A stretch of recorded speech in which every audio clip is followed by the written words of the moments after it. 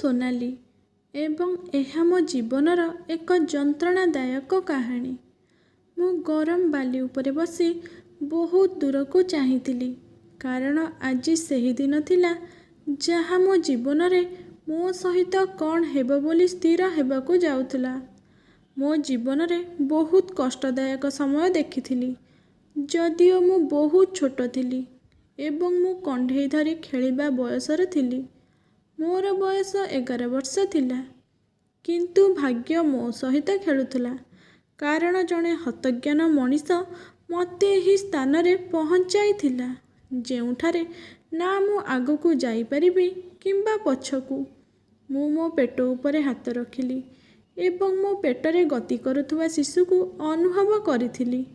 एहा हेउछि एपरि एक गतिविधि जहा प्रत्येक महिला अनुभव करने चाहती कारण यह एक नारी जीवनर अति सुंदर एवं गुरुत्वपूर्ण मुहूर्त होइथाए। एही मुहूर्त गुड़िक बिना जड़े महिला असंपूर्ण रही थाए किंतु एही मुहूर्त को अनुभव करी मु बहुत जंत्रणा देई गति करुथिली। किछि समय परे मो माँ मध्य सेठाकू आसिले। से कहिले जे आमको बाहरिबार समय आसीछि, अधिक समय आम पाखरे नाही, यथाशीघ्र आमको डाक्तरखाना रे पहुँचबार अछि। मु मो माँ आड़कू असहाय भावरे चाहिली। इच्छा कली जे पुणी थरे समय फेरी जाऊ एवं मु पुणी थरे से कंढेई सहित खेलुथुबा समान असावधानता सोनाली होइजिबी जहार काहा सहित किछि मतलब नथिला। किंतु एही 9 मास मो जीवन रे एक झड़ आनिथिला एवं मु एही झड़रू बाहरी पारिली नाही। मु माँ को पचारिली आजी परठू कौन मो जीवन बदली जीव? मो माँ कहिले हाँ जीवन तो बदली जीव। मु कहिली कौन सबु किछि ठीक होई जीव? तापरे मो माँ कहिला ना किछि भल हेबो नाही, वास्तव रे यह आहुरी खराब हेबो। मु एसबु सुनिबा परे कांदिबाकू लागिली। माँ कहिले जे जड़े महिला हेबा ही एक दंड। जड़े महिला जन्म हेबा दिन ठारू ता पाई समस्या आरंभ हुए। तांको जन्म रे केही खुशी हुअंती नाही एवं एहा परे तांको उपरे एही परि आशा रखा जाई थाए जहा जदि से ताहा पूरण न करंती ताहेले जीवन तांको पाई निषेध होई जाए। दुनियार आशा एवं अवस्था तांको सम्मुखरे रखा जाई थाए एवं महिला माने पुरुष मानक द्वारा सृष्टि रीतिनीति परंपरा एवं शर्त को मानिबा को पड़ी थाए। सम्मानर पगड़ी सेमानक कांधरे रखा जाई थाए जहाकू सेमानंकु मध्य सुरक्षा करिबा को पड़िबो। प्रजातिर आगकू नेबा दायित्व मध्य सेमानंक उपरे एवं सेमानंकर पालन मध्य। मु वर्तमान तते कौन कहि पारे? मु तते भयभीत करने को चाहू नाही किंतु तू मध्य समय पूर्वर बड़ होई गलु। मु आ कौन करि परिबी? मो माँ कहिले जे एहा खराब हेउ कि भल तो माँ सर्वदा तो सहित ठिया हेबो, तते एकुटिया छाड़िबो नाही। केवल साहस रख, भगवान चाहिए सबकिछि ठीक होई पारे।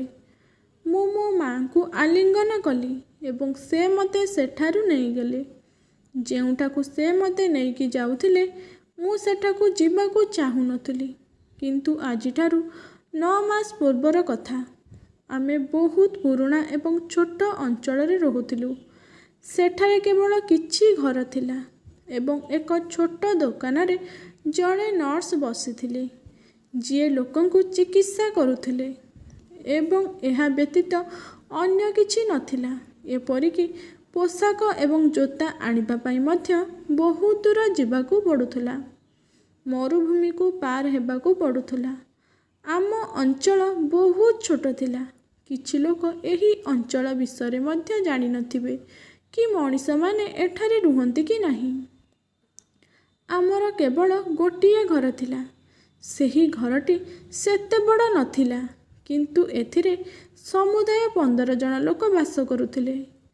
ମୁଁ ମୋର ଜେଜେବାପା ଜେଜେମା, ମୋର ପିତାମାତା, ସାନ ଭାଇ, କକା ଏବଂ ମୋ ବାପାଙ୍କର ଜଣେ ଜ୍ଞାତି ଭାଇ ମଧ୍ୟ ରହୁଥିଲେ।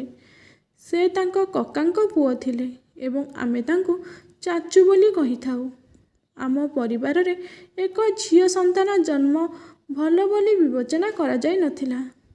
ଝିଅର ଜନ୍ମ ବିଷୟରେ ଶୁଣିବା ପରେ ଅନୁଭବ ହୁଏ ଯେ ଘରେ କାହାର ମୃତ୍ୟୁ ଘଟିଛି। ଏକ ଝିଅ ଜନ୍ମ ହେବା ଖବର ପାଇବା ମାତ୍ରେ ସମସ୍ତଙ୍କ ମୁହଁ ଫୁଲିଯିବ ଏବଂ ଏହି ପ୍ରଶ୍ନ କରାଯାଏ ଯେ ଝିଅ ଜନ୍ମ କାହିଁକି ହେଲା। ଯେତେବେଳେ ମୋ ମା ବିବାହ କଲେ ସେ ତାଙ୍କର ପ୍ରଥମ ସନ୍ତାନ ମୁଁ ଥିଲି। ସମସ୍ତେ କହିଲେ ଯେ ପ୍ରଥମେ ଗୋଟିଏ ପୁତ୍ର ଜନ୍ମ ହେବା ଉଚିତ ଥିଲା, କିନ୍ତୁ ଏହା ଈଶ୍ୱରଙ୍କ ଇଚ୍ଛା ଯେ ମୁଁ ପ୍ରଥମେ ଜନ୍ମ ହୋଇଥିଲି ଏବଂ ପରେ ମୋର ଭାଇ। ଏହା ଭଗବାନଙ୍କୁ ଧନ୍ୟବାଦ ଯେ ସେ ମୋ ମାଙ୍କୁ ଏକ ପୁଅ ଦେଇଥିଲେ, ନଚେତ୍ ତାଙ୍କର କୌଣସି ସମ୍ମାନ ରହିନଥାନ୍ତା। କିନ୍ତୁ ମୋ ହେତୁ ସେ ତଥାପି କିଛି ଶୁଣିବାକୁ ପାଉଥିଲେ। କିନ୍ତୁ ମୋ ମା ମୋତେ ଅଧିକ ଭଲ ପାଉଥିଲେ। ମୋର ସାନ ଭାଇକୁ ଭଲ ପାଇବା ପାଇଁ ପୂରା ଘର ସେଠାରେ ଥିଲା, କିନ୍ତୁ ମୋତେ କେହି ଭଲ ପାଉନଥିଲେ, କେବଳ ମୋ ମା ବ୍ୟତୀତ। ତେଣୁ ମୁଁ ମଧ୍ୟ ମୋ ମାଙ୍କ କୋଳରେ କୁଞ୍ଚିତ ହୋଇ ରହିଥିଲି। ମୁଁ ଆଶ୍ଚର୍ଯ୍ୟ ହୋଇଥିଲି ଯେ ସେମାନେ ମଧ୍ୟ ଏକ ମା ଦ୍ୱାରା ବଢ଼ିଛନ୍ତି। ସେମାନଙ୍କ ଲାଳନ ପାଳନ ତ ଜଣେ ମହିଳା ହିଁ କରିଥିବ, ଯେଉଁମାନେ ଝିଅମାନଙ୍କୁ ଘୃଣା କରନ୍ତି। କିନ୍ତୁ ମୋ ମା ସର୍ବଦା ମୋତେ ଭଲ ପାଆନ୍ତି ଏବଂ କାହିଁକି ନ କରିବ, ସେ ମୋର ମା ଥିଲେ। ସେ ମୋତେ 9 ମାସ ପର୍ଯ୍ୟନ୍ତ ତାଙ୍କ ଗର୍ଭରେ ଧରି ଜନ୍ମ ଦେଇଥିଲେ ଏବଂ ମୃତ୍ୟୁର ଯନ୍ତ୍ରଣା ସହିଥିଲେ। ମୋ ପାଇଁ କଷ୍ଟ ପାଇଥିଲେ, ସେଥିପାଇଁ ମୋ ପାଇଁ ସମସ୍ତଙ୍କଠାରୁ କଥା ବି ଶୁଣୁଥିଲେ। ମୋ ବାପା ଜଣେ ଭଲ ବ୍ୟକ୍ତି ଥିଲେ, କିନ୍ତୁ ମୋତେ ସେ ଏତେ ପ୍ରେମ ଦେଖାଇ ନାହାନ୍ତି। ବୋଧହୁଏ ସେ ନିଶ୍ଚୟ ଭାବେ ଭଲ ପାଇଥିବେ, କିନ୍ତୁ ସେ ପ୍ରେମ ଦେଖାଇବା ଅଭ୍ୟାସରେ ନଥିଲେ। ଦିନେ ମୁଁ ମା ଏବଂ ବାପାଙ୍କ କଥା ଶୁଣିଲି। ମୋ ମା କହିଲେ ଯେ ଲୋକମାନେ ଝିଅମାନଙ୍କୁ କାହିଁକି ଘୃଣା କରନ୍ତି। ତେଣୁ ମୋର ବାପା କହିଲେ ଯେ ଝିଅମାନେ ବେଳେବେଳେ ଏପରି ଅପବାଦ ଆଣିଥାନ୍ତି ଯାହା ପୁଅମାନେ କେବେ ଆଣିପାରିବେ ନାହିଁ। ସେଥିପାଇଁ ଝିଅମାନଙ୍କୁ ଘୃଣା କରାଯାଏ। ଝିଅମାନେ ସେମାନଙ୍କ ପିତାମାତାଙ୍କ ସମ୍ମାନ ସମ୍ଭାଳିବାରେ ସକ୍ଷମ ନୁହନ୍ତି। ତେଣୁ ପିତାମାତାମାନେ ଝିଅମାନଙ୍କ ନାମରେ ମଧ୍ୟ ଭୟ କରନ୍ତି ଏବଂ ଈଶ୍ୱରଙ୍କ ନିକଟରେ ପ୍ରାର୍ଥନା କରନ୍ତି ଯେ ତାଙ୍କ ଘରେ ଝିଅ ଜନ୍ମ ନ ହେଉ। ଝିଅମାନେ ଅଜ୍ଞାନ ବୋକି ଆଉ ନିରୀହ ହୋଇଥାନ୍ତି ଏବଂ ଏକ ଛୋଟ ଭୁଲ ଦ୍ୱାରା ସେମାନେ ନିଜର ସମ୍ମାନକୁ ନଷ୍ଟ କରିଦିଅନ୍ତି, ଯାହା ସେମାନଙ୍କ ପିତାମାତାଙ୍କ ପାଇଁ ଏକ ବଡ଼ ଦାଗ ହୋଇଥାଏ, ଯାହା ଜୀବନ ସାରା ଲିଭିନଥାଏ। କେବଳ ଏହି କାରଣରୁ ଆମେ ମଧ୍ୟ ଝିଅମାନଙ୍କ ନାମକୁ ଡରିଥିଲୁ। ମୋ ମା କହିଲା, କିନ୍ତୁ ଯଦି ତୁମେ ଝିଅମାନଙ୍କୁ ଘୃଣା କର, ତେବେ ତୁମେ ବୋହୂ କେଉଁଠାରୁ ପାଇବ? ସେ ମଧ୍ୟ କାହାର ଝିଅ ହୋଇଥିବ। ଯଦି ଝିଅମାନେ ଜନ୍ମ ହେବା ପୂର୍ବରୁ ହତ୍ୟା କରାଦିଆଯିବ, ତେବେ ପୁଅମାନଙ୍କୁ କିଏ ବିବାହ କରିବ? ତେବେ ତୁମର ବଂଶକୁ କିଏ ଆଗକୁ ବଢ଼ାଇବ? ମୋର ବାବା କହିଲେ, ଏହା ଏକ ବହୁତ ଗଭୀର ବିଷୟ ଏବଂ ଏହା ବୁଝିବା ମଧ୍ୟ ସହଜ, କିନ୍ତୁ ଯାହା ଘଟୁଛି ତାହା ହିଁ ଘଟିବ। ଆମେ ଅନ୍ୟ ଲୋକଙ୍କ ଚିନ୍ତାଧାରାକୁ ପରିବର୍ତ୍ତନ କରିପାରିବୁ ନାହିଁ। ମୋ ମା କହିଲେ ଯେ ଆମ ଝିଅ ଆମ ସମ୍ମାନର କେବେ ବି କ୍ଷତି କରିବାକୁ ଦେବ ନାହିଁ ଏବଂ ଆପଣ ମଧ୍ୟ ପ୍ରତିଜ୍ଞା କର ଯେ ଆପଣ ଆମ ଝିଅ ସହିତ କୌଣସି ଅସୁବିଧା ହେବାକୁ ଦେବେ ନାହିଁ। ବାବା କହିଲେ ଯେ ତମେ ପାଗଳ ହୋଇଗଲ କି? ତା ଉପରେ କାହିଁକି କୌଣସି ଅନିଷ୍ଟ ହେବ? ସେ ମୋର ସନ୍ତାନ, ସେ ମୋର ରକ୍ତ, ମୁଁ ସବୁବେଳେ ତାର ଯତ୍ନ ନେବି। ଏଠାରେ ସମସ୍ତେ ଝିଅ ବିଷୟରେ ଖରାପ ଭାବନ୍ତି, କିନ୍ତୁ ମୁଁ ତ ଖରାପ ଭାବୁନାହିଁ। ଏପରିକି ମୋର ତ କୌଣସି ଭଉଣୀ ନାହିଁ କିମ୍ବା ପିଉସୀ ମଧ୍ୟ ନାହିଁ। 2 ପିଢ଼ି ପରେ ଆମ ପରିବାରରେ ଗୋଟିଏ ଝିଅ ଜନ୍ମ ହୋଇଛି। ମୋ ପରିବାରର ଲୋକମାନେ ଝିଅକୁ ଭଲ ପାଇବେ ନାହିଁ, କିନ୍ତୁ ମୁଁ ଭଲ ପାଏ। ସେ ଆମର ପିଲା, ଆମେ କାହିଁକି ତାର ଯତ୍ନ ନେବା ନାହିଁ? ମୋ ମା ବାବାଙ୍କ କଥା ଶୁଣିବା ପରେ ମୋ ଆଖିରେ ଲୁହ ଆସିଗଲା। ମୁଁ ବିଶ୍ୱାସ କଲି ଯେ ପର୍ଯ୍ୟନ୍ତ ମୋ ମା ଏବଂ ବାବା ମୋ ସାଥିରେ ଥିବେ ସବୁକିଛି ଠିକ୍ ରହିବ। ମୁଁ ଘରେ ସମସ୍ତଙ୍କ କାମ କରୁଥିଲି। ସେମାନେ ମୋତେ ଭଲ ତ ପାଉନଥିଲେ, କିନ୍ତୁ ମୋତେ ନିଶ୍ଚିତ ଭାବରେ କାମ କରାଉଥିଲେ। କିନ୍ତୁ ମୋର ସୁଶୀଲ କାକା, ଯିଏ ମୋ ପିତାଙ୍କ ସମ୍ପର୍କୀୟ ଥିଲେ, ତାଙ୍କ ନାମ ସୁଶୀଲ ଥିଲା। ସେ ଭଲ ଥିଲେ। ସେ ବେଳେବେଳେ ମୋ ପାଇଁ କିଛି ନା କିଛି ଜିନିଷ ଆଣିଥାନ୍ତି। ମୋତେ ତାଙ୍କ କୋଳରେ ବସିବାକୁ ଦିଅନ୍ତି। ତାଙ୍କ କୋଳରେ ମୋତେ ବସାଇ ଖାଇବାକୁ ଦିଅନ୍ତି। କିନ୍ତୁ ମୋ ଜେଜେମା ମଧ୍ୟ ତାଙ୍କୁ ବାରଣ କରୁଥିଲେ। କହୁଥିଲେ, ଘରେ ମଧ୍ୟ ଅନ୍ୟ ପିଲାମାନେ ଅଛନ୍ତି, ସେମାନଙ୍କ ପାଇଁ ଜିନିଷ ଆଣେ। ଏହା ପାଇଁ କାହିଁକି କିଛି ଆଣୁଛୁ? କିଛି ଆଣେ ନାହିଁ। ଯେଉଁ ଟଙ୍କାରେ ଏହା ପାଇଁ ତୁମେ କିଛି କିଣୁଛ, ସେହି ଟଙ୍କାରେ ତୁମ ପୁଅ ପାଇଁ ଏବଂ ତୁମ ପୁତୁରା ପାଇଁ କିଛି ଭଲ ଜିନିଷ ଆଣ।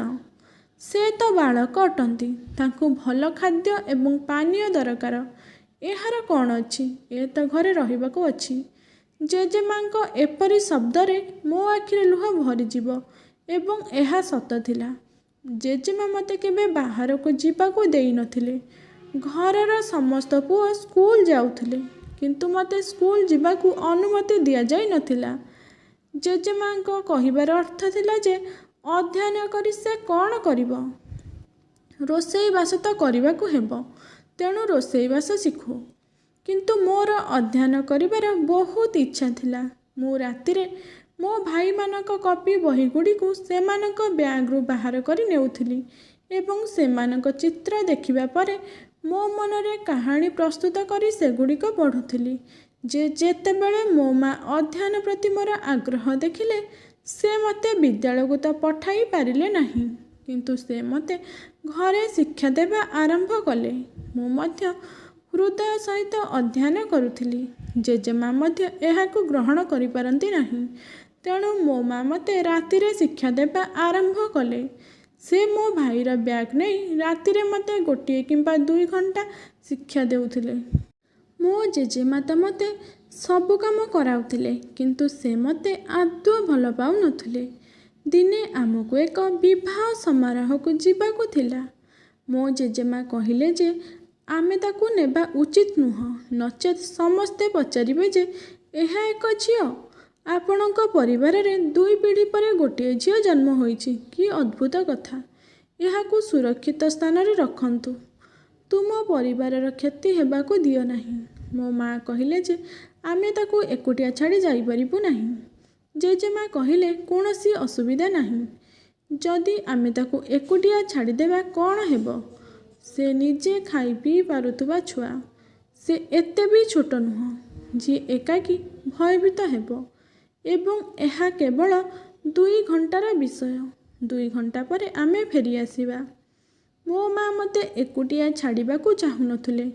ମୋ ମା କହିଲେ ଯେ ତୁମେ ସମସ୍ତେ ଯାଅ, ମୁଁ ଯିବି ନାହିଁ। ମୁଁ ଏବଂ ମୋ ଝିଅ ଘରେ ରହିବୁ। କିନ୍ତୁ ମୋର ଜେଜେମା କହିଲେ ଯେ ତୁମେ ଏହି ଘରର ବୋହୂ। ଯଦି ତୁମେ ଆସିବ ନାହିଁ, ତେବେ ଲୋକମାନେ କଥା ତିଆରି କରିବେ। ତୁମ ଯିବା ଆବଶ୍ୟକ। ମୁଁ ମାଙ୍କୁ କହିଲି ଯେ ମା ତୁମେ ଚାଲିଯାଅ, ମୋର କୌଣସି ଅସୁବିଧା ହେବ ନାହିଁ। ଏବଂ ମୋ ମା ମୋତେ ଆଲିଙ୍ଗନ କରି ସ୍ନେହ କଲେ। ମୋତେ ବୁଝାଇବାକୁ ଲାଗିଲେ ଯେ ସୋନା ଭିତରୁ କବାଟକୁ ତାଲା ପକାଇ ଶୋଇବୁ। ମୋ ଜେଜେମା ଏହା ଶୁଣି କହିଲେ, କାହିଁକି? ସେ କ'ଣ କୌଣସି ଅପରିଚିତ ବ୍ୟକ୍ତିଙ୍କ ଘରେ ବସିଛି? ତୁମେ ଏପରି କହୁଛ? ମୋ ମା କହିଲେ ଯେ ତୁମେ ଏସବୁ ବୁଝିପାରିବ ନାହିଁ, କାରଣ ତୁମେ କୌଣସି ଝିଅର ମା ନୁହଁ। ମୁଁ ତା ମା, ସେ ମୋର ଝିଅ। ତେଣୁ ମୁଁ ଅଧିକ ଜାଣେ। ମୁଁ ତା ବିଷୟରେ ଅଧିକ ଚିନ୍ତା କରେ। ମୋ ଜେଜେମା କହିଲେ, ଏହା ଭଲ ଯେ ମୁଁ କୌଣସି ଝିଅର ମା ନୁହଁ ଏବଂ ଯଦି ତୁମର ଏକ ଝିଅ ଅଛି, ତେବେ ତୁମେ ତା ବିଷୟରେ ଲଜ୍ଜା କରିବା ଉଚିତ, ଗର୍ବ ନୁହଁ। ମୋ ମା ତାଙ୍କ ସହ ଯୁକ୍ତିତର୍କ କରିବାକୁ ଚାହୁଁନଥିଲେ, ତେଣୁ ସେ ଚୁପ୍ ରହିଲେ। କିନ୍ତୁ ମୋତେ ଛାଡ଼ି ଯିବାକୁ ପଡ଼ିଲା, କାରଣ ସେ ଏହି ପରିବାରର ବଡ଼ ବୋହୂ ଥିଲେ। ଯଦି ସେ ଯାଇନଥାନ୍ତେ, ତେବେ ଅନ୍ୟ ଲୋକମାନେ ଏହା ବିଷୟରେ କଥାବାର୍ତ୍ତା କରିଥାନ୍ତେ। କିନ୍ତୁ ମୋର ବିବାହ ଭୋଜିକୁ ଯିବାକୁ ବହୁତ ଇଚ୍ଛା ଥିଲା, କିନ୍ତୁ ମୋ ମା ବାଧ୍ୟତାମୂଳକ ହେତୁ ମୋତେ କୌଣସି ସ୍ଥାନକୁ ନେଇପାରୁନଥିଲେ। ଯଦିଓ ସେ ମୋତେ ନେଇଥାନ୍ତେ, ଲୋକମାନେ ମୋତେ ଦେଖିବା କ୍ଷଣି ମୋ ବିଷୟରେ କଥାବାର୍ତ୍ତା ଆରମ୍ଭ କରିବେ। ମୁଁ ଘରେ ଏକୁଟିଆ ରହିଗଲି। ମୁଁ ତାଲା ପକାଇ ନଥିଲି, କାରଣ ମୁଁ ଶୋଇବାକୁ ଚାହୁଁନଥିଲି। ମୋର ଉଦ୍ଦେଶ୍ୟ ଥିଲା ଯେ କିଛି ସମୟ ବିଶ୍ରାମ ନେବା ପରେ ମୁଁ ନିଜ ପାଇଁ ଖାଦ୍ୟ ରାନ୍ଧିବି। ଖାଦ୍ୟ ଖାଇବା ପରେ ତାଲା ପକାଇ ଶୋଇବି। କିନ୍ତୁ ଯେତେବେଳେ ମୁଁ ବିଶ୍ରାମ କରିଥିଲି ମୁଁ ନିଦ୍ରା ଅନୁଭବ କଲି ଏବଂ ଶୋଇଗଲି। ଯେତେବେଳେ ମୁଁ ଉଠିଲି ମୁଁ ବିଛଣାରେ ଶୋଇଥିଲି। ମୁଁ ବର୍ତ୍ତମାନ ଜାଗ୍ରତ ହୋଇଥିଲି। ମୁଁ ଉଠିବାର 10 ମିନିଟ୍ ଅତିବାହିତ ହୋଇଥିଲା। ମା ଆସି ପହଞ୍ଚିଲେ। ସେ ମୋତେ ପଚାରିଲା, ସବୁ କିଛି ଠିକ୍ ଅଛି? ମୁଁ କହିଲି, ହଁ, ସବୁ କିଛି ଠିକ୍ ଅଛି। ମା, ତୁମେ ବେକାରେ ଡରୁଥିଲ ଏବଂ ଦେଖ, ମୁଁ ଯେତେବେଳେ ଶୋଇକି ଉଠିଲି ତୁମେ ଫେରିଆସିଲ। ମୋତେ ଜଣା ବି ପଡ଼ିଲାନି ତମେ କେତେବେଳେ ଗଲ ଆଉ ଆସିଲ। ମୁଁ ଶୋଇପଡ଼ିଥିଲି କିନ୍ତୁ ରାତିରେ ମୁଁ ଜ୍ୱର ଅନୁଭବ କରୁଥିଲି। ମୋ ମା କହିଲେ, ଲାଗୁଛି ଯେ ମୋର ବିଚାରୀ ଝିଅ ଏକୁଟିଆ ରହିଥିଲା। ସେଥିପାଇଁ ସେ ଭୟଭୀତ ହେଲା ଏବଂ ତାକୁ ଜ୍ୱର ହୋଇଗଲା। ମୋ ବାପା ମୋ ପାଇଁ ଔଷଧ ଆଣିଥିଲେ। ଦିନଗୁଡ଼ିକ ଏହିପରି ଗତି କରୁଥିଲା। ବର୍ତ୍ତମାନ ମୋର ସ୍ୱାସ୍ଥ୍ୟ ଅତ୍ୟନ୍ତ ଖରାପ ହେବାକୁ ଲାଗିଲା। ବେଳେବେଳେ ମୋର ପେଟ ତଳ ଭାଗରେ ଯନ୍ତ୍ରଣା ହୁଏ ଏବଂ ବେଳେବେଳେ ମୁଁ ମଧ୍ୟ ବାନ୍ତି କରେ। ମୋ ମା ମୋତେ ସେହି ନର୍ସଙ୍କ ନିକଟକୁ ନେଇଯାଆନ୍ତି ଯିଏ ଏକ ଛୋଟ କ୍ଲିନିକ୍ ଖୋଲି ବସିଥିଲେ। ସେ ମୋତେ କିଛି ନା କିଛି ଔଷଧ ଦେଉଥିଲେ ଏବଂ ତାଙ୍କ ପାଖରେ କୌଣସି ମେସିନ୍ ନଥିଲା ଯାହାଦ୍ୱାରା ସେ ମୋ ପେଟ ଭିତରେ ଦେଖିପାରିବେ ଯନ୍ତ୍ରଣା କ'ଣ ପାଇଁ ହେଉଥିଲା। ତାଙ୍କ ପାଖରେ କେବଳ ଔଷଧ ଥିଲା ଯାହା ସେ ସମସ୍ତଙ୍କୁ ଦେଉଥିଲେ। କିନ୍ତୁ ଏଠାକାର ଲୋକମାନେ ଆରାମ ପାଉଥିଲେ। ମୋର ସ୍ୱାସ୍ଥ୍ୟ ବହୁତ ଖରାପ ହେବାକୁ ଲାଗିଲା। ମୁଁ ବହୁତ ବାନ୍ତି କରୁଥିଲି। ମୋ ମୁଣ୍ଡ ବୁଲାଉଥିଲା। ଦିନେ ମୋ ମା ମୋତେ ସନ୍ଦେହ ଆଖିରେ ଚାହିଁ ରଖିଥିଲେ। ମୁଁ କହିଲି, କ'ଣ ହେଲା ମା? ତାପରେ ସେ କହିଲା, ନା, ଏଥିରେ କିଛି ଫରକ ପଡ଼ିବ ନାହିଁ। ଏହା ସମ୍ଭବ ନୁହଁ। ଜଣା ନାହିଁ ମୁଁ କ'ଣ ସବୁ ଚିନ୍ତା କରୁଛି। ମୁଁ କହିଲି, ମା, ତୁମେ କ'ଣ ଭାବୁଛ ଏବଂ କ'ଣ ହୋଇପାରେ ନାହିଁ? ସେ କହିଲା, ନା, କିଛି ନୁହଁ। ତୁ ନିଶ୍ଚୟ କିଛି ଭୁଲ ଭାଲ ଖାଦ୍ୟ ଖାଇ ନେଇଛୁ ଯେଉଁ କାରଣରୁ ତୋ ପେଟରେ କିଛି ଗଡ଼ବଡ଼ ହୋଇଗଲା ଏବଂ ତୋର ବାନ୍ତି ହେଉଛି ଏବଂ ତୋ ପେଟରେ ମଧ୍ୟ ଯନ୍ତ୍ରଣା ହେଉଛି। ସେଥିପାଇଁ ଠିକ୍ ହେଉନାହିଁ। ମୋ ମା ଜଣେ ଅତି ସାହସୀ ମହିଳା ଥିଲେ। ସେ ସାରା ଜୀବନ ସାହସ ସହିତ କାମ କରିଥିଲେ। ମୋ ଜେଜେବାପା ଏବଂ ଜେଜେମା ବହୁତ ରାଗିଥିଲେ ଏବଂ ମୋ ମାଙ୍କୁ କେବେ ପସନ୍ଦ କରୁନଥିଲେ। ମୋ ଜେଜେମା ସବୁବେଳେ ମାଙ୍କୁ ଖରାପ କଥା କହୁଥିଲେ ଏବଂ ମୋ ମା ଚୁପଚାପ ଶୁଣୁଥିଲେ। ଜେଜେବାପା ମଧ୍ୟ ମୋ ମାଙ୍କୁ କେବେ ସମ୍ମାନ କରନ୍ତି ନାହିଁ ଏବଂ ଏହାର କାରଣ ହେଉଛି ଯେ ମୋ ମା ପ୍ରଥମ ଝିଅକୁ ଜନ୍ମ ଦେଇଛନ୍ତି। ଯଦିଓ ଗୋଟିଏ ଝିଅ ବଦଳରେ ସେ ଏକ ପୁତ୍ର ସନ୍ତାନ ଜନ୍ମ ଦେଇଥାନ୍ତା ଏବଂ ଦ୍ୱିତୀୟ ସନ୍ତାନ ଝିଅ ହୋଇଥାନ୍ତା, ତେବେ ବୋଧହୁଏ ମୋ ମାଙ୍କୁ ଏତେ ଗୁଡ଼ିଏ କଥା ଶୁଣିବାକୁ ପଡ଼ିନଥାନ୍ତା। କିନ୍ତୁ ସେ ପରିବାରର ସମ୍ପର୍କକୁ ଭାଙ୍ଗି ଦେଇଛନ୍ତି। ଆମ ପରିବାରରେ ପ୍ରଥମେ ଏକ ପୁଅ ଜନ୍ମ ହେଉଥିଲା। ସେଥିପାଇଁ ସମସ୍ତେ ମୋ ସହ ମୋ ମାଙ୍କୁ ବି ଘୃଣା କରୁଥିଲେ। ସେ ଚୁପଚାପ ସବୁ ସହ୍ୟ କରୁଥିଲେ। କଦାପି ମୁହଁ ଖୋଲି କିଛି କହିନଥିଲେ। ଦିନଗୁଡ଼ିକ ଏହିପରି ଚାଲିଯାଉଥିଲା। ମୋ ପେଟ ମଧ୍ୟ ହଠାତ୍ ବଢ଼ିବାକୁ ଲାଗିଲା। ମୋ ମା କହିଲେ, ଲାଗୁଛି ତୋ ପେଟରେ ପାଣି ଭରିଯାଇଛି। ସଂକ୍ରମଣ ହୋଇଯାଇଛି। ସେଥିପାଇଁ ତୋର ପେଟ ଏତେ ମୋଟା ହୋଇଯାଉଛି। ବର୍ତ୍ତମାନ ମୋ ବାପା ମଧ୍ୟ ଚିନ୍ତିତ ହେଲେ। କହିଲେ ଯେ ବର୍ତ୍ତମାନ ତାକୁ ସହରକୁ ନେବାକୁ ପଡ଼ିବ। କିନ୍ତୁ ବର୍ତ୍ତମାନ ସହରକୁ ନେବା ପାଇଁ ଟଙ୍କା ନାହିଁ। ଆଉ 1 ମାସ ଅପେକ୍ଷା କର। ମୁଁ ତାକୁ ଆସନ୍ତା ମାସରେ ନେବି। ମୋ ମା କହିଲେ, ବିଚାରୀ 1 ମାସ ପର୍ଯ୍ୟନ୍ତ ଯନ୍ତ୍ରଣା କିପରି ସହିବ? ବାପା ଯାଇ ତାଙ୍କୁ ଏକ ଯନ୍ତ୍ରଣା ନାଶକ ବଟିକା ଆଣିଦେଲେ। କହିଲେ, ଏହି ବଟିକା ଦିଅ, ଯନ୍ତ୍ରଣା କମିଯିବ। ଏବେ ଆମେ କିଛି କରିପାରିବା ନାହିଁ। ଆସନ୍ତା ମାସରେ ବାପାଙ୍କ ଟଙ୍କା ଆସିଲେ ତାପରେ ସେ ମୋତେ ମାଙ୍କ ସହ ସହରକୁ ନେଇଗଲେ। ଯେତେବେଳେ ଡାକ୍ତର ମୋତେ ଯାଞ୍ଚ କଲେ, ଡାକ୍ତର ମଧ୍ୟ ଆଶ୍ଚର୍ଯ୍ୟ ହୋଇଗଲେ। ସେ କହିଲେ ଯେ ତୁମ ଝିଅ ମା ହେବାକୁ ଯାଉଛି। ଏହା ଶୁଣି ମୁଁ ଆଶ୍ଚର୍ଯ୍ୟ ହୋଇଗଲି। ମୋ ହୋସ୍ ଉଡ଼ିଗଲା। ମୋ ପିତାମାତା ମଧ୍ୟ ଆଖି ତରାଟି ମୋତେ ଚାହିଁ ରହିଥିଲେ ଏବଂ ବେଳେବେଳେ ଡାକ୍ତରଙ୍କୁ ଚାହୁଁଥିଲେ। ସେମାନେ କହିଲେ, ସାର୍, ଆପଣଙ୍କର ନିଶ୍ଚୟ କିଛି ଭୁଲ ବୁଝାମଣା ହୋଇଛି। ସେ ବୟସରେ ଏପର୍ଯ୍ୟନ୍ତ ବହୁତ ଛୋଟ ଅଟେ। ସେ କହିଲେ ଯେ ଆମେ କୌଣସି ଭୁଲ ବୁଝାମଣା ବିଷୟରେ କଥାବାର୍ତ୍ତା କରୁନାହୁଁ। ଆମେ ସମ୍ପୂର୍ଣ୍ଣ ଭାବେ ନିଶ୍ଚିତ ହେଲା ପରେ କେବଳ ରୋଗୀକୁ ରିପୋର୍ଟ ବିଷୟରେ କହିବୁ। ତାଙ୍କ ଅବସ୍ଥା କ'ଣ? ଦେଖନ୍ତୁ, ଆମେ ଏହାକୁ ମେସିନ୍ ସହିତ ଯାଞ୍ଚ କରିଛୁ। ଆପଣଙ୍କ ଝିଅ ଗର୍ଭବତୀ ଅଛନ୍ତି। ବାସ୍ତବରେ ସେ 2ଟି ଯାଆଁଳା ସନ୍ତାନ ପ୍ରସବ କରିବାକୁ ଯାଉଛନ୍ତି ଏବଂ ଅନେକ ସମୟ ଅତିବାହିତ ହୋଇଛି। ଡାକ୍ତର ଠିକ୍ କହୁଥିଲେ। ମୋର ସ୍ୱାସ୍ଥ୍ୟ ଖରାପ ହେବାର ପ୍ରାୟ 4-5 ମାସ ହୋଇଗଲା। ଡାକ୍ତର କହିଲେ ଯେ ବର୍ତ୍ତମାନ କିଛି କରାଯାଇପାରିବ ନାହିଁ। ତାଙ୍କୁ ସନ୍ତାନ ପ୍ରସବ କରିବାକୁ ପଡ଼ିବ। ଏହା ମୋ ମା ବାପାଙ୍କ ଏବଂ ମୋ ପାଇଁ ମଧ୍ୟ ଏକ ବଡ଼ ଝଟକା ଥିଲା ଯେ ମୋ ବାପା ସେଠାରେ ମୋ ମାଙ୍କ ସହିତ ଝଗଡ଼ା କରିବା ଆରମ୍ଭ କରିଥିଲେ। ଡାକ୍ତର କହିଲେ, ଦେଖ, ତୁମେ ତୁମର ପିଲାମାନଙ୍କ ଉପରେ ନଜର ରଖିବା ଉଚିତ ଏବଂ ତୁମର ଘରର ପରିସ୍ଥିତି ଉପରେ ମଧ୍ୟ। କିନ୍ତୁ ବର୍ତ୍ତମାନ ପରସ୍ପର ସହିତ ଲଢ଼ିବା ଦ୍ୱାରା କିଛି ହାସଲ ହେବ ନାହିଁ। ଯଦି ତୁମେମାନେ ଅନ୍ୟ କିଛି ବିକଳ୍ପ ଭାବୁଛ, ତେବେ ଏହାକୁ ତୁମ ମନରୁ ହଟାଇ ଦିଅ, ନଚେତ୍ ଆପଣଙ୍କ ଝିଅର ଜୀବନ ବିପଦରେ ପଡ଼ିବ। ଆପଣଙ୍କ ଝିଅ ଗୁରୁତର ରକ୍ତହୀନତାର ଶିକାର ହେଉଛନ୍ତି ଏବଂ ତାଙ୍କ ବୟସ ମଧ୍ୟ ବହୁତ ଛୋଟ। ମୋ ବାପା ମୁଣ୍ଡ ଧରି ବସିଥିଲେ। ମୋ ମା ମଧ୍ୟ କାନ୍ଦିବାକୁ ଲାଗିଲେ। ମୋ ବାପା ମୋ ମାଙ୍କୁ କହିଲେ ଯେ ତୁମେ କେଉଁ ପ୍ରକାରର ମହିଳା, ତୁମେ ଜାଣିନାହଁ ତୁମ ଝିଅ ସହିତ କ'ଣ ଘଟୁଛି। ମୋ ମା କହିଲେ, କିପରି ମୁଁ ଏହା ଜାଣିପାରିଥାନ୍ତି? ମୋର ମନ ମଧ୍ୟ ଏହି ଦିଗକୁ ଯାଇନଥିଲା। ସେ ଏତେ ଛୋଟ ଝିଅ। ଡାକ୍ତର କହିଲେ ଯେ ଆଜିକାଲି ବୟସରେ କିଛି ଫରକ ପଡ଼ିବ ନାହିଁ। ଏହିପରି ଛୋଟ ଝିଅମାନେ ମଧ୍ୟ ମା ହୋଇପାରିବେ। ଆପଣମାନେ ଯତ୍ନ ନେବା ଉଚିତ। ମୋ ବାପା ତଥାପି ତାଙ୍କ ମୁଣ୍ଡ ଧରି ବସିଥିଲେ ଏବଂ ମୋ ମା କାନ୍ଦୁଥିଲେ। କିଛି ଘଣ୍ଟା ପରେ ଆମେ ଘରକୁ ଆସିଲୁ। ଘରକୁ ଆସିବା ପରେ ମା ମଧ୍ୟ ମୋତେ ଗାଳିଗୁଲାଜ କରିବାକୁ ଲାଗିଲେ ଏବଂ ମୋତେ ଏସବୁ କହିବା ପାଇଁ କହିଲେ। ମୋତେ କହ, ଏସବୁ କେମିତି ହେଲା? ମୋତେ ଅଜବ ଅଜବ ପ୍ରଶ୍ନ ପଚାରୁଥିଲେ, ଯାହା ମୁଁ ବୁଝିପାରିଲି ନାହିଁ, କାରଣ ମୁଁ ଏସବୁ ବୁଝିପାରିବା ପାଇଁ ମୋର ବୟସ ହୋଇନଥିଲା। ମୁଁ ଏ ବିଷୟରେ ମଧ୍ୟ ଅବଗତ ନଥିଲି। ଏହି କଥା ମୋର ପରିବାରର ସଦସ୍ୟ ଜାଣିଗଲେ ଯେ ଘରେ ଏକ ବିରାଟ ହଙ୍ଗାମା ହେଲା। ବାପା ମୋ ଉପରେ ବହୁତ ରାଗିଗଲେ। ବାପାଙ୍କ କ୍ରୋଧ ଦେଖିବା ପରେ ମୁଁ ବହୁତ ଡରିଗଲି। କିନ୍ତୁ ଯେତେବେଳେ ମୋ ଜେଜେବାପା ମୋତେ ମାରିବାକୁ ଆଗେଇ ଆସିଲେ, ମୋ ବାପା ତାଙ୍କ ହାତ ଧରି ଅଟକାଇଲେ। ସେ କହିଲେ ଯେ ସେ ଏକ ଶିଶୁ। ସେ ନିଜେ ଜାଣିନାହିଁ ତା ସହ କ'ଣ ହୋଇଛି। ତୁମେ ତା ଉପରେ ହାତ ଉଠାଅ ନାହିଁ। ମୋ ଜେଜେବାପା କହିଲେ ଯେ ଯଦି ମୁଁ ତା ଉପରେ ହାତ ଉଠାଇବି ନାହିଁ, ତେବେ ତାକୁ ଘରୁ ବାହାର କରିଦେବା ଉଚିତ। ଏ ଆମ ସମସ୍ତଙ୍କ ପାଇଁ ଅପମାନର କାରଣ ହୋଇଗଲା। କିନ୍ତୁ ମୋ ବାପା ମୋତେ ଆଉ କୌଣସି କ୍ଷତିର ସମ୍ମୁଖୀନ ହେବାକୁ ଦେଲେ ନାହିଁ।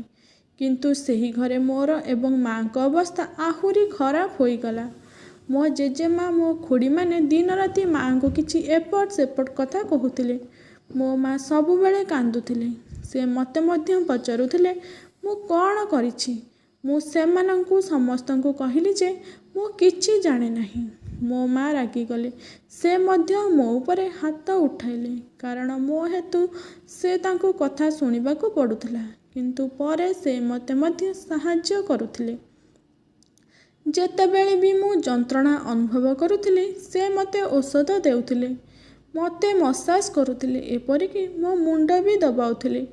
ମୋ ବାପା ବର୍ତ୍ତମାନ କହୁଥିଲେ, ଯଦି ଗ୍ରାମବାସୀ ଏହା ବିଷୟରେ ଜାଣନ୍ତି, ତେବେ ଜଣାନାହିଁ କ'ଣ ହେବ। ଆମେ କ'ଣ କରିବୁ? ଆଉ କିଛି ମାସ ବିତିଗଲା। ଆମେ ପୁଣି ଡାକ୍ତରଙ୍କ ପାଖକୁ ଗଲୁ। ମୋ ବାପା ଡାକ୍ତରଙ୍କୁ ପଚାରିଲେ, ଏହା କୌଣସି ପ୍ରକାରରେ ଜଣାପଡ଼ିବ କି ନାହିଁ ଏହି ପିଲାମାନଙ୍କର ପିତା କିଏ? ଡାକ୍ତର ତାଙ୍କୁ କହିଲେ ଯେ ଏହା ନିଶ୍ଚିତ ଭାବରେ ହୋଇପାରେ। ତୁମ ଆଖପାଖ ଲୋକଙ୍କ ଉପରେ ଏକ ପରୀକ୍ଷା କରିବାକୁ ପଡ଼ିବ, ଯାହାପରେ ଏହା ଜଣାପଡ଼ିବ କି ଏହି ପିଲାମାନଙ୍କର ପିତା କିଏ। କିନ୍ତୁ ଏହା ସେତେବେଳେ ଜଣାପଡ଼ିବ ଯେତେବେଳେ ପିଲାମାନେ ଏହି ଦୁନିଆକୁ ଆସିବେ। ମୋର ବାପା କହିଲେ ଯେ ଆମେ ନିଶ୍ଚିତ ଭାବରେ ସେହି ପରୀକ୍ଷା କରିବୁ ଏବଂ ଯିଏ ମୋ ଝିଅ ସହିତ ଏତେ ବଡ଼ ପାପ କରିଛି, ମୁଁ ତାକୁ ନିଶ୍ଚିତ ଭାବରେ ଦଣ୍ଡ ଦେବି। ଆମେ ଗରିବ ଲୋକ, କିନ୍ତୁ ଆମେ ଏତେ ମୂର୍ଖ ନୁହେଁ ଯେ ଆମେ ଏହା ଜାଣିପାରିବୁ ନାହିଁ। କିଏ ଆମ ଘରେ ଏହି ପ୍ରଳୟ ଆଣିଛି? କିଏ ଆମ ପ୍ରତି ଏହି ଅନ୍ୟାୟ କରିଛି? କିଏ ଏପରି ନିରୀହ ଝିଅ ସହ ଏକ ବଡ଼ ଅପରାଧ କରିଛି ଏବଂ ତାଙ୍କ ହୃଦୟ କମ୍ପିତ ହେଲା ନାହିଁ? ମୁଁ ତାଙ୍କୁ ହତ୍ୟା କରିବି। ବର୍ତ୍ତମାନ ମୁଁ ଅପେକ୍ଷା କରିଥିଲି ଯେ ସେ ଦିନ କେବେ ଆସିବ। ମୁଁ ସେହିଦିନ ପରେ ମଧ୍ୟ ମୋ ଜୀବନରେ କିଛି ଭଲ ଘଟିବ ନାହିଁ। ମୁଁ ତଥାପି ନିଜେ ଏକ ଶିଶୁ ଏବଂ 2 ସନ୍ତାନର ମା ହେବାକୁ ଯାଉଥିଲି। ମୋ ମା ମଧ୍ୟ ଦିନସାରା ଦୁଃଖିତ, ଚିନ୍ତିତ ରହି କାନ୍ଦୁଥିଲେ। ବାପା ତାଙ୍କୁ ବୁଝାଉଥିଲେ, ଯାହା ବି ହେଉ, ଯେମିତି ବି ହେଉ, ଏହା ଆମ ଦୁନିଆ। କିଛି ବି ହେଉ, ସେ ଆମ ସନ୍ତାନ। ଆମେ ତାକୁ ମୃତ୍ୟୁ ମୁହଁରେ ଛାଡ଼ିପାରିବା ନାହିଁ। ତା ସହିତ ଯାହା ଘଟିଗଲା ଆମେ ଏହାକୁ ଗ୍ରହଣ କରିବାକୁ ପଡ଼ିବ। ଯେତେବେଳେ ମୋର ନିଜ ପରିବାରର ସଦସ୍ୟ ମୋ ବାପାଙ୍କୁ ଅଧିକ କଥା କହିବା ଆରମ୍ଭ କଲେ, ସେତେବେଳେ ମୋର ବାପା କହିଲେ ଯେ ମୁଁ ତାର ତରିକା ପାଇଛି। ଝିଅ ସହିତ କିଏ ଏହି ପାପ କରିଛି ତାହା ଖୋଜିବାର ଏକ ଉପାୟ, ଏବଂ ଯେତେବେଳେ ମୁଁ ଏହା ଜାଣିବି ମୁଁ ସେହି ବ୍ୟକ୍ତିଙ୍କୁ ହତ୍ୟା କରିବି। ମୁଁ ସେହି ବ୍ୟକ୍ତିଙ୍କୁ ଜୀଅନ୍ତା ଛାଡ଼ିବି ନାହିଁ। କିନ୍ତୁ ଏଥିପାଇଁ ଘରର ସମସ୍ତ ଲୋକଙ୍କ ଉପରେ ପରୀକ୍ଷା କରିବା ଆବଶ୍ୟକ। ମୁଁ ବିଶ୍ୱାସ କରେ ଯେ ସୋନାଲି ସହ ଯାହା କିଛି ଘଟିଛି ତାହା ଘରର କେହି ପୁରୁଷ ହିଁ କରିଛନ୍ତି, କାରଣ ସୋନାଲି କେବେ ଘରୁ ବାହାରକୁ ଯାଇନାହିଁ ଏବଂ ଏଥିପାଇଁ ଆମକୁ ପରିବାରର ସମସ୍ତଙ୍କ ପରୀକ୍ଷା କରିବାକୁ ପଡ଼ିବ। ଏଠାରେ ଥିବା ଲୋକମାନଙ୍କ ପାଇଁ ଏହି କଥା ଏପରି ଥିଲା ଯେପରି ସେମାନେ ଅନ୍ୟ କିଛି ଦୁନିଆ ବିଷୟରେ କଥାବାର୍ତ୍ତା କରୁଥିଲେ। ତାହା କେହି ଜାଣିନଥିଲେ ଯେ ପିଲାମାନେ କେବେ ଜନ୍ମ ହେବେ, ତାଙ୍କ ମାଧ୍ୟମରେ କିପରି ତାଙ୍କ ବାପା କିଏ ଜଣାପଡ଼ିବ, କାରଣ ସମସ୍ତେ ଅଶିକ୍ଷିତ ଥିଲେ। ମୋ ବାପା କିଛି ମାତ୍ରାରେ ଶିକ୍ଷିତ ଥିଲେ। ସେଥିପାଇଁ ସେ ଏହି ଜିନିଷଗୁଡ଼ିକୁ ଟିକିଏ ବହୁତ ବୁଝିଥିଲେ। ବାସ୍ତବରେ ଡାକ୍ତର ତାଙ୍କୁ ମଧ୍ୟ ବହୁତ ବୁଝାଇଥିଲେ ଯେ ଯଦି DNA ପରୀକ୍ଷା କରାଯାଏ ତେବେ ଶିଶୁର ପିତା କିଏ ଜାଣିପାରିବେ। ଯେଉଁ ସ୍ଥାନରୁ ଆପଣ ଆସିଛନ୍ତି ସେହି ଲୋକମାନେ ବୋଧହୁଏ ଶିକ୍ଷିତ ନୁହନ୍ତି ଏବଂ ପରେ ଲୋକମାନେ ହୁଏତ ଜାଣିନଥିବେ। ଏହା ସେମାନଙ୍କ ପାଇଁ ଆଶ୍ଚର୍ଯ୍ୟଜନକ ହୋଇପାରେ, କିନ୍ତୁ ଏହା ହେଉଛି ସତ୍ୟ। ଏହା କରିବା ଦ୍ୱାରା ପିଲାମାନଙ୍କର ପିତା କିଏ ଜାଣିପାରିବେ। ଯେତେବେଳେ ଏହି ମାମଲା ଘର ଭିତରକୁ ଗଲା, ମୋର ଜେଜେବାପା, ଜେଜେମା ଏବଂ କକା ଇତ୍ୟାଦି ଘରେ ଏକ ହଙ୍ଗାମା ସୃଷ୍ଟି କଲେ। ସେମାନେ କହିଲେ ଯେ ପରିବାରର ସଦସ୍ୟଙ୍କୁ ସନ୍ଦେହ କରିବାରେ ତୋତେ ଲଜ୍ଜା ଲାଗୁନାହିଁ? ତୋ ଝିଅ ହିଁ ଖରାପ ଏବଂ ତା ଚାଲିଚଳନ ଆଚରଣ ଭଲ ନୁହଁ ଏବଂ ତୁ ଆମ ଉପରେ ଦୋଷ ଲଦୁଛୁ। ବର୍ତ୍ତମାନ ପରିବାରର ସଦସ୍ୟ ମୋ ବାପାଙ୍କୁ ମଧ୍ୟ ହଇରାଣ କରିବା ଆରମ୍ଭ କରିଦେଇଛନ୍ତି। ପରୀକ୍ଷା କରିବାକୁ କେହି ପ୍ରସ୍ତୁତ ନୁହନ୍ତି। ମୁଁ ଅନୁଭବ କଲି ଯେ ମୋ ମା ଏବଂ ବାବାଙ୍କୁ ଏତେ କଷ୍ଟ ଦେଲି, ମୋର ମନେ ହେଉଛି ଜୀବନ ହାରିଦେବି, ଯାହାଫଳରେ ମୋ ମା ଏବଂ ବାପାଙ୍କ ସମସ୍ୟା ଶେଷ ହେବ। ଦିନେ ମୁଁ ଏହା କରିବାକୁ ଚେଷ୍ଟା କଲି। ଯେତେବେଳେ ମୋ ମା ମୋତେ ଉଦ୍ଧାର କଲେ, ମୋତେ ଆଲିଙ୍ଗନ କରି କାନ୍ଦିବାକୁ ଲାଗିଲେ। ସେ କହିଲେ, ଏମିତି ଆଉ କେବେ କରିବୁ ନାହିଁ। ତୁ ଆମର ପିଲା, ଆମେ ତୋତେ କେତେ କଷ୍ଟରେ ପାଳିଛୁ ଏବଂ ଯଦି ତୁ ଏହା କରୁ ତେବେ ଆମେ ମଧ୍ୟ ବଞ୍ଚିବାରେ ସମର୍ଥ ହେବୁ ନାହିଁ। କିନ୍ତୁ ମୁଁ କ'ଣ କରିପାରିବି? ମୁଁ ମୋର ପିତାମାତାଙ୍କର ସମସ୍ୟା ଦେଖିପାରିଲି ନାହିଁ। ମୁଁ ତାଙ୍କୁ ଏହି ଅବସ୍ଥାରେ ଦେଖିପାରିଲି ନାହିଁ। ସମୟ ଅତିବାହିତ ହେଉଥିଲା ଏବଂ ତାପରେ ସେହି ଦିନ ମଧ୍ୟ ଆସିଗଲା ଯେତେବେଳେ ବୋଧହୁଏ ମୋ ପିଲା ଏହି ଦୁନିଆକୁ ଆସିବାକୁ ଯାଉଥିଲା, କାରଣ ସକାଳେ ମୋର ଅବସ୍ଥା ବହୁତ ଖରାପ ଥିଲା। କିନ୍ତୁ ମୁଁ ଘରୁ ବହୁତ ଦୂରରେ ଥିଲି। ମୁଁ ଯାଇ ବାଲିକୁଦ ଉପରେ ବସିଥିଲି। ମୋ ମା ମୋତେ ଖୋଜିବାକୁ ଆସିଲେ। ମୁଁ ନିଜ ପାଇଁ ଭଗବାନଙ୍କୁ ପ୍ରାର୍ଥନା କରୁଥିଲି। ମୋ ଭାଗ୍ୟରେ ଆଉ ଦୁଃଖ ନ ଲେଖିବାକୁ ନିବେଦନ କରୁଥିଲି। ମୋ ହେତୁ ମୋର ପିତାମାତାଙ୍କୁ କୌଣସି ଯନ୍ତ୍ରଣା ଅସୁବିଧା ନ ହେଉ। ମୋ ମା ମୋତେ ଖୋଜି ପାଇଲେ ଏବଂ କହିଲା, ମୋ ସହିତ ଆସ। ମୁଁ କହିଲି, ମା, ଆଜିଠାରୁ ମୋ ଜୀବନରେ ସବୁ କିଛି ବଦଳିଯିବ ନା? ସେ କହିଲେ, ହଁ। ମୁଁ କହିଲି, ଯାହା ପରିବର୍ତ୍ତନ ହେବ ଭଲ ହେବ କି? ତାପରେ ମୋ ମା କହିଲା, ନା, ଏହା ଭଲ ହେବ ନାହିଁ। ବୋଧହୁଏ ଏହା ଆହୁରି ଖରାପ ହେବ, କିନ୍ତୁ ସାହସ ରଖ। ମୁଁ କହିଲି, ତେବେ ମୋର ବଞ୍ଚି ରହିବାର କ'ଣ ଲାଭ? ଭଗବାନ କରନ୍ତୁ ମୁଁ ମରିଯାଏ। ମୋ ମା କହିଲା, ସେମିତି ଆଦୌ କହ ନାହିଁ। ଯାହା ବି ଘଟୁ, ଯାହା ବି ଅସୁବିଧା ହେଉ, ମୁଁ ତୋ ସହିତ ରହିବି, ସବୁବେଳେ ତୋର ସାହାରା ସମର୍ଥନ କରିବି। ଏ ପର୍ଯ୍ୟନ୍ତ ତୋତେ ସମର୍ଥନ କରିଛି କି ନାହିଁ? ମୋ ମାଙ୍କ ଉପସ୍ଥିତି ମୋତେ ବହୁତ ସାନ୍ତ୍ୱନା ମିଳିଯାଇଥିଲା, କିନ୍ତୁ ଯାହା ହେଉଥିଲା ତାହା ଭଲରେ ଚାଲିନଥିଲା। ସମସ୍ତ ଗ୍ରାମବାସୀ ବର୍ତ୍ତମାନ ଏସବୁ ଜାଣିସାରିଛନ୍ତି ଏବଂ ମୋର ନିଜ ସମ୍ପର୍କୀୟମାନେ ଆମ ଉପରେ ଛେପ ପକାଉଥିଲେ ଯେ ତାଙ୍କ ଝିଅ କୌଣସି ସ୍ଥାନରେ ମୁହଁ କଳା କରିଦେଇଛି ଏବଂ ବର୍ତ୍ତମାନ ସେମାନେ ମଧ୍ୟ ତାକୁ ସମର୍ଥନ କରୁଛନ୍ତି। କିନ୍ତୁ ଭଗବାନ ଜାଣିଥିଲେ ଯେ ମୁଁ ନିର୍ଦ୍ଦୋଷ ଥିଲି। ମୁଁ କୌଣସି ଭୁଲ କରିନାହିଁ ଏବଂ ତାପରେ ଭଗବାନ ମୋ ପଥକୁ ସହଜ କରିଥିଲେ। ମୁଁ ଅଧିକ କଷ୍ଟ ପାଇନଥିଲି ଏବଂ ମୋ କୋଳକୁ 2 ପିଲା ଆସିଥିଲେ, ଗୋଟିଏ ପୁଅ ଏବଂ ଗୋଟିଏ ଝିଅ। ଏତେ ସୁନ୍ଦର ପିଲା କେହି ଆଜି ପର୍ଯ୍ୟନ୍ତ ଏପରି ଦେଖିନଥିଲେ। କିନ୍ତୁ ସେମାନଙ୍କ ଭାଗ୍ୟ ସୁନ୍ଦର ନଥିଲା। ସେମାନଙ୍କ ସହିତ କ'ଣ ଘଟିବ ତାହା କେହି ଜାଣିନଥିଲେ। ସେମାନଙ୍କର ପିତା କିଏ କେହି ଜାଣିନଥିଲେ। ମୋ ବାପା ପରଦିନ ଡାକ୍ତରଙ୍କ ପାଖକୁ ଗଲେ। କହିଲେ, ଆମକୁ ସେହି ପରୀକ୍ଷା କରିବାର ଅଛି। ସେମାନେ 2 ଜଣ ପୁରୁଷଙ୍କୁ ବାପାଙ୍କ ସହ ପଠାଇଲେ। ଡାକ୍ତର କହିଲେ ଯେ ସେମାନେ ଆପଣଙ୍କ ଘରୁ ନମୁନା ସଂଗ୍ରହ କରି ଆଣିବେ। କିନ୍ତୁ ପରିବାରର ସଦସ୍ୟ ସ୍ପଷ୍ଟ ଭାବରେ କହିଲେ ଯେ ଆମେ ନମୁନା ଦେବୁ ନାହିଁ। ତେଣୁ ବାପା କହିଲେ ଯେ କାହିଁକି? ତୁମମାନଙ୍କ ହୃଦୟରେ ଜ୍ୱର ଅଛି କି? ମୋ ଜେଜେବାପା କହିଲେ ଯେ ଏହି ଭୁଲ ବୁଝାମଣାର ସମାଧାନ ହେବା ଉଚିତ। ଜେଜେବାପା ସମସ୍ତଙ୍କୁ ନମୁନା ଦେବାକୁ କହିଲେ। କିନ୍ତୁ ସମସ୍ତଙ୍କ ଚେହେରା ଅଜବ ଥିଲା। ତଥାପି ସେମାନେ ସେମାନଙ୍କର ରକ୍ତ ନମୁନା ଦେଇଥିଲେ। ଛୋଟ ପିଲାମାନଙ୍କର ରକ୍ତ ନମୁନା ମଧ୍ୟ ନିଆଯାଇଥିଲା। ରିପୋର୍ଟ ହସ୍ପିଟାଲରେ ପହଞ୍ଚିଛି। ହସ୍ପିଟାଲର ଲୋକମାନେ କହିଲେ ଯେ 2 ଦିନ ପରେ ରିପୋର୍ଟ ଆସିବ ଏବଂ 2 ଦିନ ପରେ ଆସି ରିପୋର୍ଟ ନେଇଯିବ। ଏହି 2 ଦିନ ଆମ ପାଇଁ ବହୁତ କଷ୍ଟସାଧ୍ୟ ଥିଲା। ଘରେ ମଧ୍ୟ ଏକ ଅଜବ ପରିବେଶ ଥିଲା। ମୋ ମା ଉଭୟ ପିଲାଙ୍କର ଯତ୍ନ ନେଉଥିଲେ।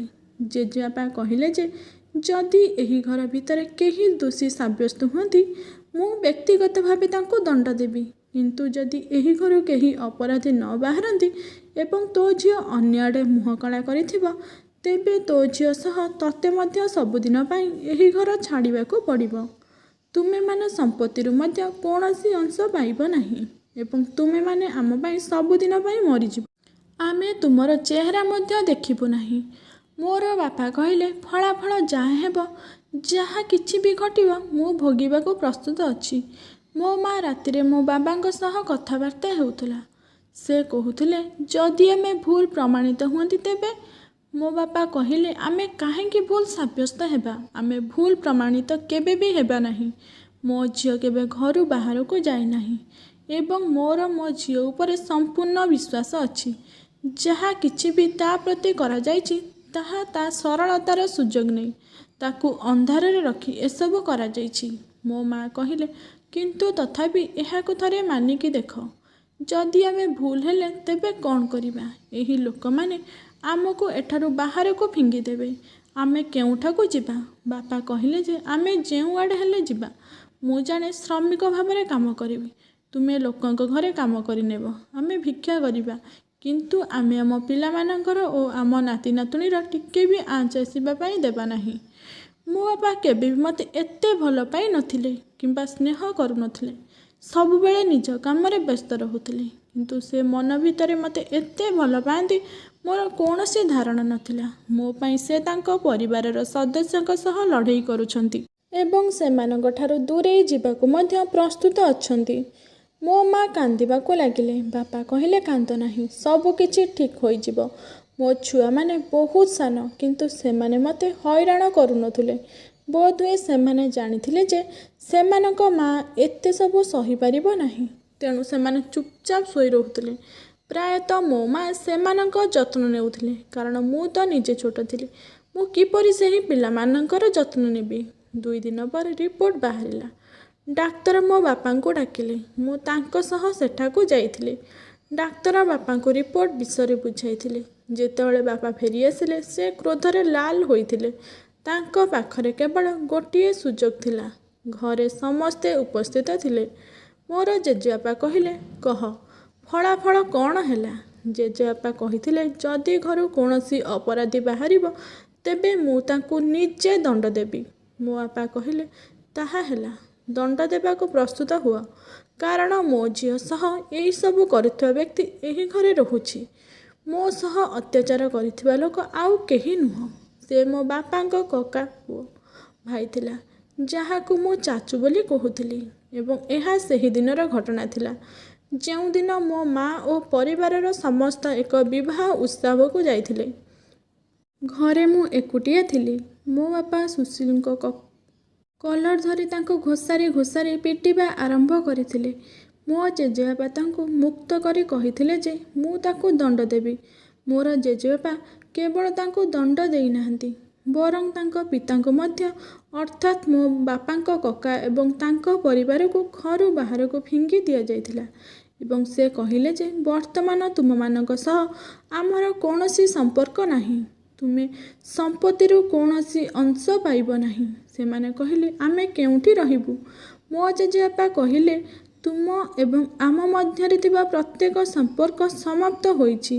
ତୁମେ ଏହି ଘୃଣ୍ୟ କାର୍ଯ୍ୟ କରିବା ବେଳେ ଲଜ୍ଜିତ ହେଲ ନାହିଁ? ତୁମ ବିବେକ ଏଥିରେ ବାଧା ଦେଲା ନାହିଁ? କକାଙ୍କ ପରିବାର ଏବଂ ଜେଜେବାପା ମଧ୍ୟ ଆମକୁ କ୍ଷମା ମାଗିଲେ। ମୋ ମାଆଙ୍କୁ ମଧ୍ୟ କ୍ଷମା ମାଗିଲେ। ତାପରେ ସେ ମୋ ମୁଣ୍ଡରେ ହାତ ରଖି ମୋତେ ଆଲିଙ୍ଗନ କଲେ। ତାଙ୍କ ଆଖିରୁ ଲୁହ ଝରିଗଲା। ବର୍ତ୍ତମାନ ସେମାନେ ଅନୁଭବ କଲେ ଯେ ଆମେ କେତେ ଅସୁବିଧାର ସମ୍ମୁଖୀନ ହୋଇଥିଲୁ।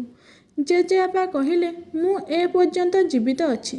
ଯେ ପର୍ଯ୍ୟନ୍ତ ମୁଁ ଏଠାରେ ଅଛି ସେ ପର୍ଯ୍ୟନ୍ତ ତୁମମାନଙ୍କର କୌଣସି ଅସୁବିଧା ହେବାକୁ ଦେବି ନାହିଁ। ସେ ପୂରା ବ୍ୟବସାୟର ଦାୟିତ୍ୱ ମୋ ବାପାଙ୍କୁ ଦେଇଦେଲେ ଏବଂ ବର୍ତ୍ତମାନ ମୋ ବାପା ପୂରା ଘରର ଯତ୍ନ ନେଉଥିଲେ। ଆମର କୌଣସି ଅଭାବ ନଥିଲା। ସମସ୍ତେ ଏକତ୍ର ମୋ ପିଲାମାନଙ୍କର ଯତ୍ନ ନେଉଥିଲେ। ସମସ୍ତେ ମୋ ମାଆଙ୍କୁ ମଧ୍ୟ ସମ୍ମାନ ଦେବା ଆରମ୍ଭ କରିଥିଲେ।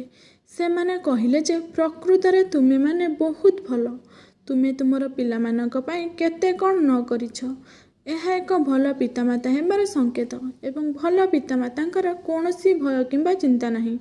ବର୍ତ୍ତମାନ ମୋର ଉଭୟ ସନ୍ତାନକୁ ମୋ ପରିବାରର ସଦସ୍ୟମାନେ ଆପଣାଇ ନେଇଥିଲେ ଏବଂ ସେମାନଙ୍କର ନାମ ମଧ୍ୟ ଦିଆଯାଇଥିଲା। ମୋର ଜେଜେବାପା, କକା, ମୋର ବାପା, ମୋ ମା ସମସ୍ତେ ଖୁସି ଥିଲେ। ପିଲାମାନଙ୍କ ଆଗମନ ସହିତ ଆମ ଘର ଆହୁରି ଜୀବନ୍ତ ହୋଇଗଲା। ଏଥିରେ ସେହି ପିଲାମାନଙ୍କର କୌଣସି ଦୋଷ ନଥିଲା। ତେଣୁ ପିଲାମାନଙ୍କୁ କେହି ହୀନ ଭାବରେ ଦେଖିଲେ ନାହିଁ, ବରଂ ସେମାନେ ତାଙ୍କ ଦାୟିତ୍ୱ ନିଜ ହାତରେ ନେଇଗଲେ। ସେହି ପିଲାମାନେ ଆମ ପାଇଁ ଅତ୍ୟନ୍ତ ଶୁଭ ବୋଲି ପ୍ରମାଣିତ ହେଲେ। ପିଲାମାନଙ୍କର ଆଗମନ ହେଲା ପରେ ଆମ ବ୍ୟବସାୟ ଦିନକୁ ଦିନ ବୃଦ୍ଧି ପାଇବାକୁ ଲାଗିଲା। ଦେଖୁ ଦେଖୁ ଆମ ବ୍ୟବସାୟ ସହରରେ ବିସ୍ତାର ହେବାକୁ ଲାଗିଲା ଏବଂ ଘରକୁ ବହୁତ ଟଙ୍କା ଆସୁଥିଲା। କିଛି ସମୟ ପରେ ଆମେ ସେହି ଗାଁ ଛାଡ଼ି ସହରକୁ ଯାଇ ଆମ ଘର ନିର୍ମାଣ କଲୁ। ବର୍ତ୍ତମାନ ମୋର ପିଲାମାନେ ବଡ଼ ହୋଇଗଲେଣି। ମୋ ପୁଅ ଏବଂ ଝିଅ ପ୍ରତ୍ୟେକକୁ 5 ବର୍ଷ ବୟସ ହୋଇଛି। ମୋ ମା ଲୋକମାନଙ୍କୁ କହିଥିଲେ ଯେ ଏମାନେ ମୋର ପିଲା ଏବଂ ସେମାନେ ମୋତେ କେବେ ଏହା ଅନୁଭବ କରିବାକୁ ଦେଲେ ନାହିଁ ଯେ ମୁଁ ସେହି ଛୁଆମାନଙ୍କୁ ଜନ୍ମ ଦେଇଛି ବୋଲି। ମୋ ମା ସେହି ପିଲାମାନଙ୍କୁ ନିଜ ଛୁଆ ଭାବରେ ବଢ଼ାଉଥିଲେ ଏବଂ ମୁଁ ସେହି ପିଲାମାନଙ୍କୁ ଜନ୍ମ ଦେବା ପରେ ମୁକ୍ତ ଭାବରେ ନିଶ୍ୱାସ ନେଇଥିଲି। ମୁଁ ମୋର ପିଲାଦିନକୁ ଉପଭୋଗ ବି କଲି ଏବଂ ମୁଁ ଏବେ ଯୁବତୀ ହୋଇଥିଲି।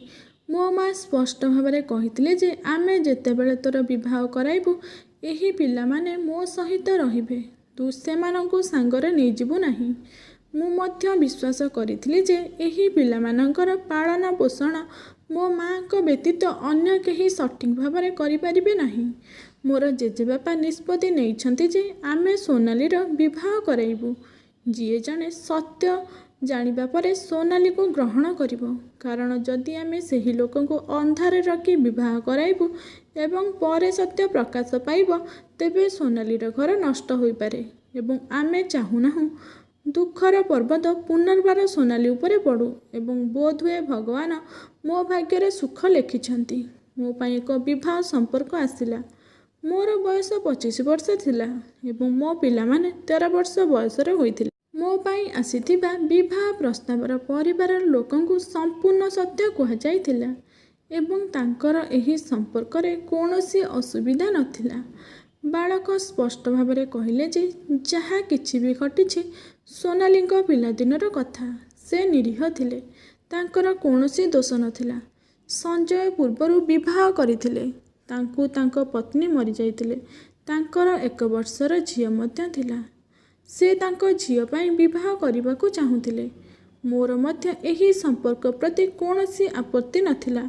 ଖୁବ୍ ଶୀଘ୍ର ସଞ୍ଜୟ ଏବଂ ମୁଁ ବିବାହ କରିଥିଲୁ। ସଞ୍ଜୟଙ୍କ ଝିଅକୁ ମୋର ନିଜ ଛୁଆ ଭାବରେ ଗ୍ରହଣ କରିନେଇଥିଲି। ମୁଁ ମଧ୍ୟ ମୋ ପିଲାମାନଙ୍କୁ ମୋ ସାଙ୍ଗରେ ଆଣିବାକୁ ଚାହୁଁଥିଲି। ସଞ୍ଜୟ ମଧ୍ୟ ଏହାକୁ ଅସ୍ୱୀକାର କରିନଥିଲେ। କିନ୍ତୁ ମୋ ମା ମୋ ସାମ୍ନାରେ ହାତ ଯୋଡ଼ିଥିଲେ। ସେ କହିବାକୁ ଲାଗିଲେ, ସୋନାଲି, ତୁ ଆମ ଉପରେ ଅତ୍ୟାଚାର କର ନାହିଁ। ଯଦିଓ ତୁ ଏହି ପିଲାମାନଙ୍କୁ ଜନ୍ମ ଦେଇଛୁ, ଯଦିଓ ଏହା କାହାର ପାପର ସଂକେତ ଅଟେ, କିନ୍ତୁ ମୁଁ ସେମାନଙ୍କୁ କେବେ ପାପ ବୋଲି ଭାବି ନାହିଁ। ମୁଁ ସେମାନଙ୍କୁ ସର୍ବଦା ମୋର ସନ୍ତାନ ଭାବରେ ବଢ଼ାଇଛି।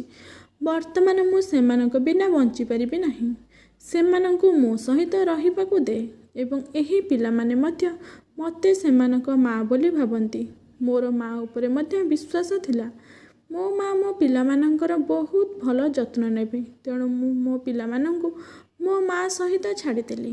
ମୁଁ ମଧ୍ୟ ସଞ୍ଜୟଙ୍କ ଝିଅକୁ ମାତୃତ୍ୱ ମମତା ଦେଇଥିଲି ଏବଂ ମୋର ମମତାକୁ ଶାନ୍ତି ମିଳିଥିଲା।